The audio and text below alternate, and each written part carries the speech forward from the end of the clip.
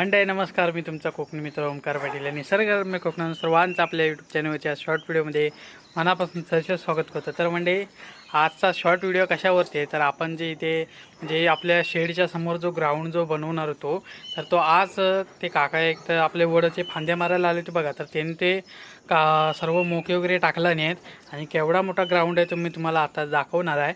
आणि त्याच्यानंतर मग आपण जाणार आहे आपले कबूतरचे जोड्या जे आणलेले आहेत तर त्यांना सोडून त्यांना खाणं वगैरे घालणार आहे। पण सर्वात आधी मी तुम्हाला तो ग्राउंड दाखवतो आपण कुठपर्यंत घेतलेला आहे। तर चला, या ग्राउंडची सुरुवात बघा तिथून होते आणि त्याच्यानंतर इथून जे पूर्ण पॅरेग्राफ येतो आहे बघा, हे सर्व जो ग्राउंड आहे तो तिथपर्यंत आरामात जातो आहे बघा।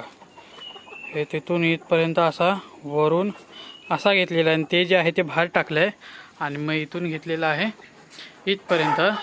आपण एवढा मोठा ग्राउंड घेतलेला आहे तर तुम्ही कमेंटमध्ये नक्की सांगा एवढा ग्राउंड आपल्याला पुरेल काय, कमेंट करायला विसरू नका। हे बघा हा पूर्ण ग्राउंड आहे आणि उद्या किंवा परवा आपण त्याला जाळी मारून घेणार आहे।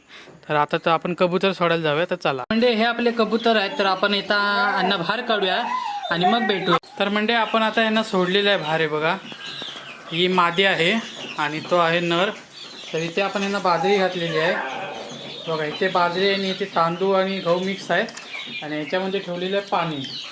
तर आता आपण त्यांना इथे सोडलेलं आहे। तर आता मस्तपैकी ते बाहेर फिरवून वगैरे घेतील आहे बघा, पाणी वगैरे पितील, खाणं वगैरे खातील आणि मग त्यांना आपण टाकू आतमध्ये। आणि आज मुन्ना भाईची पाळी आहे मंडळी, तिने सर्व करून घेतलं नाही कोंबड्यांचं, कारण आजची पाळी त्याची आहे। सर्व पिल्लं वगैरे व्यवस्थित झाकून घेतलं नाही।